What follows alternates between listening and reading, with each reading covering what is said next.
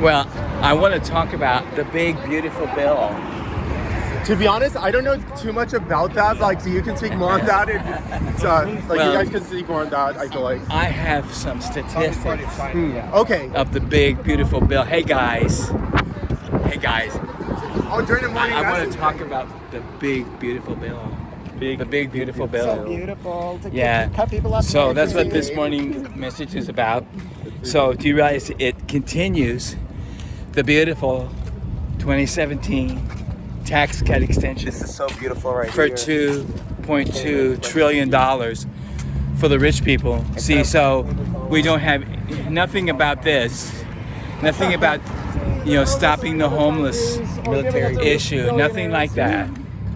We'll still have plenty of homeless people, but we'll have a $2.2 trillion spending bill tax cut for the rich, the richest of the ultra rich. And then we're also going to have additional $149 billion budget for the defense. And we're going to have $147 billion for border and immigration. We can't have these illegal aliens here. And we have to have the ice before wintertime, before it freezes.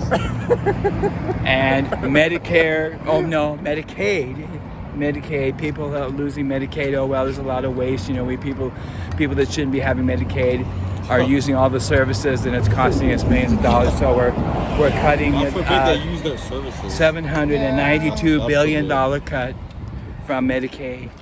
So that's the big, beautiful bill. Yeah. So this is what we need to talk to people about.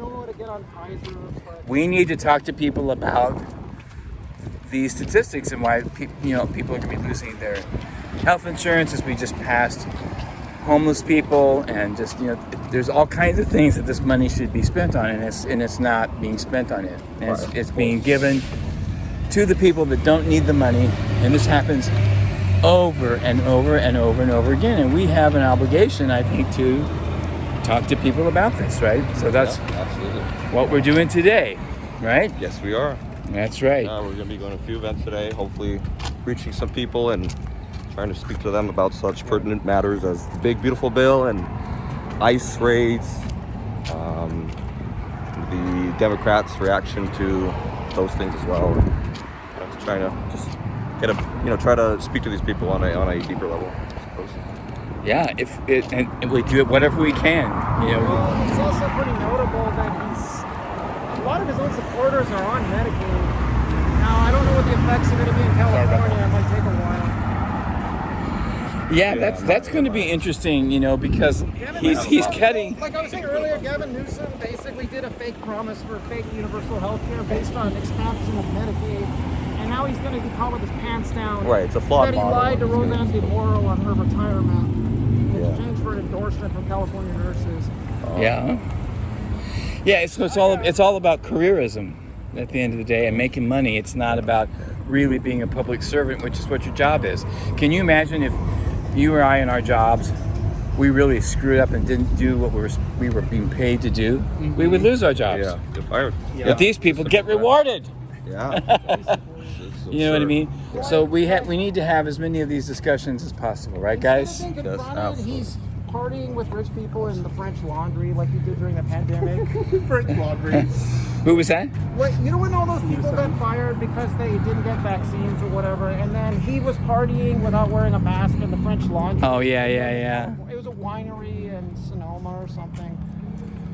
Yeah, well, a lot of people don't even realize that Congress was not required to take the vaccines, but they would often make promotional statements on television or on the internet urging people to go get their shots.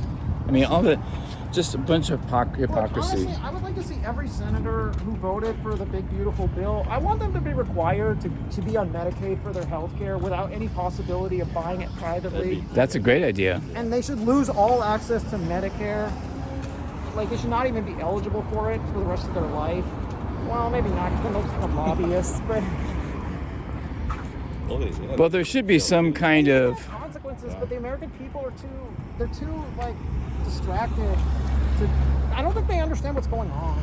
Yeah, they don't, Oh, yeah. because they're bombarded, especially, since RussiaGate and the pandemic and Ukraine and Israel and all. They're just bombarded with one crazy thing after another. So they're traumatized, and they're still trying to figure out the previous trauma, and then another one gets thrown on them. I think that's what happens to a lot of people, is they don't know how to navigate through all of this, and so it just gets confusing, and that it's done by design to keep people from being more actively involved, right? So it's our job to help create that space where people can learn and be proactive. So thank you guys, and have a great day, one everybody. thing about Newsom yes. and the French Laundry, like what that exposed was that his mentality, like, and the mentality of like many government officials in the U.S. federal and even the state level is that there's a saying that goes rules for thee but not for me. Like that explains Newsom during the French Laundry and in general. But but the French Laundry was a great expose on Newsom, like that on how he like lives by that, especially as governor and as a person in power in general. Yeah, I think he's probably like Cuomo in New York. There's obviously people in the establishment that don't like him too. He's probably going to be one of the leading candidates for president. It's so hilarious. But at the same time, you can be a leading candidate and go nowhere. Well, yeah, you might not be able to win, but I don't know if the Republicans are going to. Because where are they going to run after Trump? They don't have anybody. J.D. Vance. J.D. Vance has the charisma of a toilet paper roll. Well, it doesn't matter, right? But who do the Democrats have? AOC? Nobody. Yeah, right. She can't win. Yeah, They're gonna exactly. try, but I'm sure they're going to put all their To be efforts continued. behind her.